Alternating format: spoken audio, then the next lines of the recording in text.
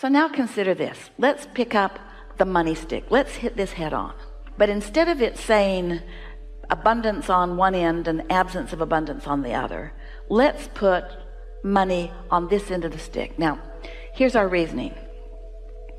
We're going to put it on the end of the stick that is like, if you've been noticing today, as we've been inspiring Esther to gesture, we're talking about the vortex, and we're talking about unwanted more in these ways. And this is more like non-physical influence, and this is more like physical influence. And this is more like tuned in, tapped in, turned on, and under the influence of source. And this is more like under the influence of what is, or what people think. You follow?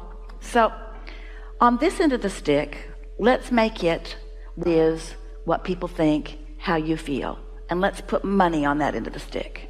But on the other end of the stick, let's put what your inner being thinks. Your inner being thinks freedom. Your inner being thinks exhilaration. Your inner being thinks choices, options, ease, flow. And can you see how when you think of those things, it doesn't activate the don't have enough money end? Can you feel the difference in that? Mm-hmm. That'll help you a lot, because there is so much appreciation in you. We can feel it, and ease and flow on so many subjects. And so what you're doing, you're just recalibrating this stick. You're just making this stick work for you, because you've been playing with this stick your whole life in ways that it doesn't work for you. Right, I can feel that. And nobody can just all of a sudden, because we said so, say, okay, I'm just going to look over here. No, you're not. You're going to look where your habit of thought is. Now you see this stick differently, because things that are manifested, by that we mean the money in your bank account, your financial situation. That is a reality that you've been encouraged to focus upon. Every day you got to know you can't spend more money than you've got, or you can't spend more money than your credit limit. And so it's something that you're aware of, but you're aware of it in a way that isn't serving you. It's like we can't fix the subject of money at all. You know what other subject we can't fix? We cannot fix the subject of God. You've screwed it up too badly.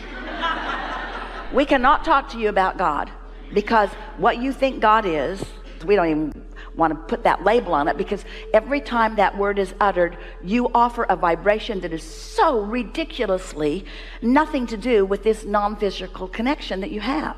And so we've taken God out of our vocabulary for the most part. Have you noticed? We talk about source, we talk about vibration, we talk about energy, we talk about inner being, we talk about well-being, we talk about vibration, we talk about energy. Because when we talk about those things, you don't go But if we were saying God, you'd go because God has let you down over and over and over again. You've been praying and God's been out to lunch. I have one other question on this then. Okay, so before you go there, let's just make sure we've nailed this down in a way that you're really getting it. Since we've taken God out of the equation and money out of the equation, and instead we're talking about things that are really easy for you to relate to, and therefore things that are very easy for you to find vibrational alignment with, now you'll be tuned in, tapped in, turned on. That will work for you. This process will change your relationship with freedom, not money, with ease, not money. Oh, money will come, because money is the very best way to facilitate all of that. It's so portable. It's so exchangeable. Okay, I'm with you. And so this part of it is a new dynamic. I've recently, within the last 3 months, attracted a new boyfriend who happens to be a multimillionaire. So it's interesting though, because so now what's activated? Now she's picking up the end of the stick. Relationship longevity. Well, relationship, that's a whole nother question, but it's interesting because it is another question. It's a whole nother question. Insecurity is insecurity. If you were tuned in, tapped in, turned on, isn't your money problem sort of solved? Well, okay, right. But why are you not letting it be solved? Why are you not letting the money that is flowing to you through the path of least resistance, why are you not letting it in? What is stuck in your vibrational craw? And I wonder if it's like something from something my parents taught me or whatever. I try not to stay in the past, but I'm aware. What it is you have this, I've got to earn it thing. But there's no earning, there's just attracting. The lottery is attracting. Marrying someone really rich is attracting. Stumbling over a pile of money in the ditch is attracting. Finding a diamond ring under a bush is attracting. Robbing a bank, not so much. I get you. Okay, so yeah, and I feel that it's, yeah, okay, so I've attracted him, which is actually... So if you were really talking about this in the way that your inner being is, you would say, formerly I've kind of worried about money, but I kind of got my act together and I was vibrating on the other end of the stick and feeling really good about things and tuned in, tapped in, turned on, and the solution came. But I don't want him to think that I care about his money because I like him for him. So what's wrong with my deal there? I know, right? Well, what it is, it's all right, but you're just doing what humans sort of naturally do, where you're caring about what someone thinks, because you don't know what he thinks. You're just thinking about what you're thinking he's thinking about. So what he's thinking isn't messing up your vibration. What you're thinking about what he's thinking is messing up your vibration. So you're just doing the same thing with this boyfriend as you've been doing with money. You're focusing on it in a way that doesn't feel good to you, and thinking that you need to adjust to it not feeling good. It's never going to feel good. We would like you to all get to a place where you're accepting that well-being is raining down on you and around you through the path of least resistance, and that's always the way that it is. That would be like you planting a garden and there's a mountain stream running by, and you tap into it and you say to the vegetables in your garden, newly planted, I feel a little guilty about this water coming to us with such ease. Maybe we should go through a few droughts together, because I don't want that water to think I'm taking advantage of it. I question the ease with which this has come to me, because I've trained myself to believe that I should struggle and suffer.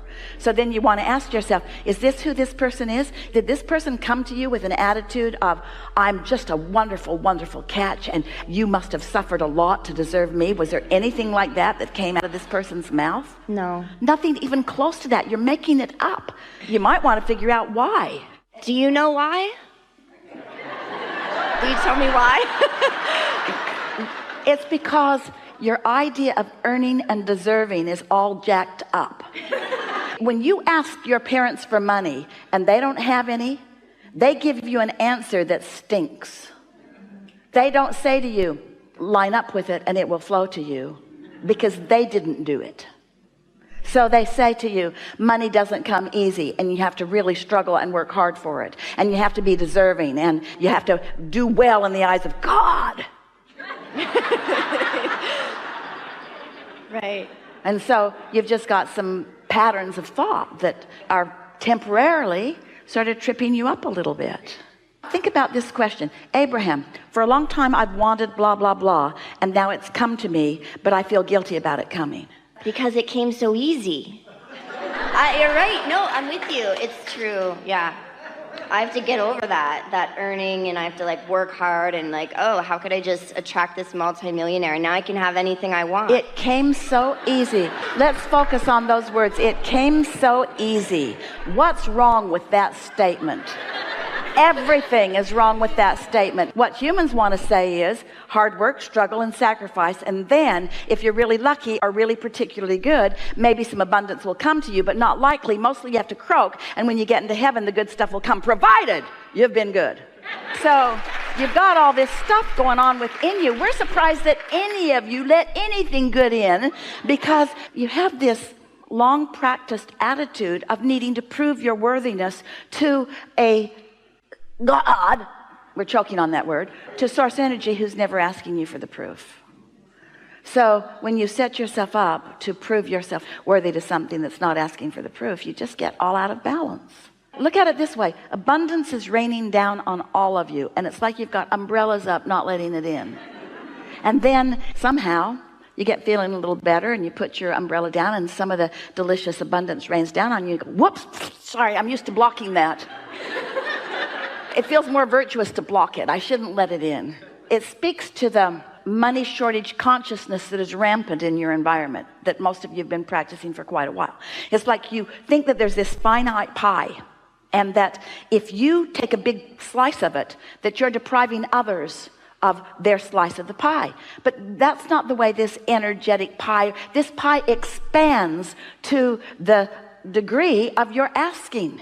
The pie is enormous. If you could see this pie accurately, it's the biggest pie. Esther can't find words to describe the infinitely big nature of this pie. And as humans on the planet, you're eating a slice out of it that's so infinitesimal we can't even find a measurement small enough to talk about it. And you're worried about you taking too much of a pie that hardly anybody else has even dipped into at all. And because they don't seem capable of dipping into the pie, they're trying to get you not to either. Have you seen this pie? No, you haven't. We've seen the pie. We've seen the pie. It's time for you to start cashing in your vibrational chips, you see. And what difference does it make through what avenue it flows? You say to your children, most of them believe that their abundance flows through you because that's mostly how it starts out. And then they get this warped sense of what they deserve because often they have parents that don't have a big flow flowing. And so their parents teach them that there's no flow so that the kids will stop asking for things that the parents feel that they can't provide. Well, wouldn't it be lovely if, once you understand this, if you could say to your child, oh, there's an abundant stream flowing and your flow doesn't come through me. My flow comes to me based upon what I allow, but your flow comes to you based upon what you allow. And your abundance does not flow through me any more than your clarity flows through me. Wouldn't it be interesting if you said to your children, oh, you can't have clarity about that because I've been confused about it my whole life. So there's no point in you even trying to figure this out because I was never able to figure it out. So you're not going to be able to too. Because the child would say, hey, you know, I get my thoughts come directly to me. And so does your abundance. It comes directly to you through the path of least resistance. Don't quibble with how it gets there. Don't rob a bank. I see. Okay, so to kind of bring this around then, I've just been looking at it wrong because I was thinking it's like I wanted to be the one that created all the money for me. And when he came, it was like, well, that's his money. But you're saying I actually attracted him. So this is all part of the Wait a minute. So there are two ways that we want to describe this to you. First is when you don't have enough money, you ask for more money. When you don't have a lover, you ask for a lover. Through life, you put many ingredients. And the law of attraction has gathered the cooperative components. Isn't it nice that your lover is the person that has the money? How do you think your lover would feel if there was some other man with the money? Isn't it better that he showed up with the money? I have to explain to you, I attracted a man with money and he's in my life. He gives me money. You're just my lover, but the man with money is here too. Well, that'd be fine, but it's not what you wanted. And so that's one thing. The cooperative components have gathered together, and that's just a lovely thing. The other thing that we really want you to think about is that as you put these ingredients into your vortex through your whole life and even before, and the law of attraction gathers them together and brings the cooperative components together, it is the picture that you've been putting together. Do you think that you were sitting around and intending, we're just going to play with you, universe, please bring me an impoverished lover? No. Oh, you didn't ask for that? No. Oh, really? Then why are you surprised that you have a prosperous lover? I'm not surprised. I'm happy Yeah? about it. Yeah? Yeah. No, Yeah. I see the shift. Yeah. Yeah. Do you not believe me? We do. No, we do believe you. We witnessed the shift during this conversation. Yeah. Yeah, for sure. We do believe you. Okay. All right. Thank you.